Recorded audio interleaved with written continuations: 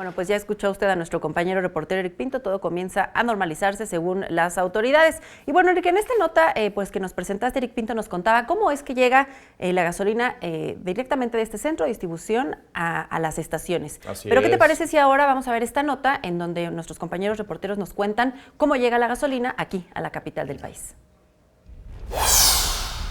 La Ciudad de México diariamente necesita alrededor de 200,000 barriles de combustibles automotrices para cubrir la demanda de los consumidores. Los hidrocarburos provienen de dos refinerías, la de Ciudad Madero en los límites de Tamaulipas y Veracruz y la de Tula, en Hidalgo. El 80% de las gasolinas que consumimos en México se importan desde Estados Unidos. Para importarse, primero se traen por barco de Tuxpan, ahí se mete a ductos, que los ductos lo que hacen es transportar los combustibles principalmente a una terminal de almacenamiento y distribución que está en Azcapotzalco para abastecer a la Ciudad de México, y parte de ese combustible también se lleva a Tula. La refinería de Tula, que está aquí en México, también produce algo de gasolinas para abastecer a la Ciudad de México. La estrategia del gobierno de enviar el combustible por ducto tiene que ver con los costos. El ducto tiene una característica que es positiva, el medio de transporte que menos cuesta. Meter la gasolina y llevarla a los centros de consumo te cuesta $1 y llevarla por pipo te cuesta 14 pesos.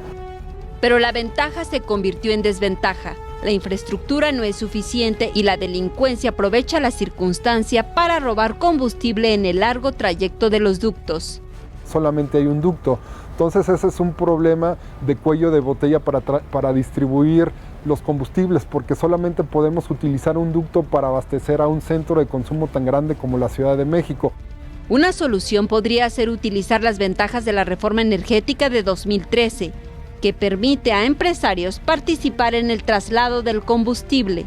El gobierno, a partir del nuevo marco legal que se creó con la reforma energética, puede invitar a los privados, puede generar los incentivos para que empresas privadas puedan invertir en el mercado de los combustibles y puedan construir más ductos, y no solamente eso, puedan transportar y distribuir combustibles y puedan expenderlo a los consumidores en la Ciudad de México. Además de seguir reforzando la vigilancia de los ductos y combatir el delito de robo de hidrocarburos. Saray Mariscal, 21 Noticias.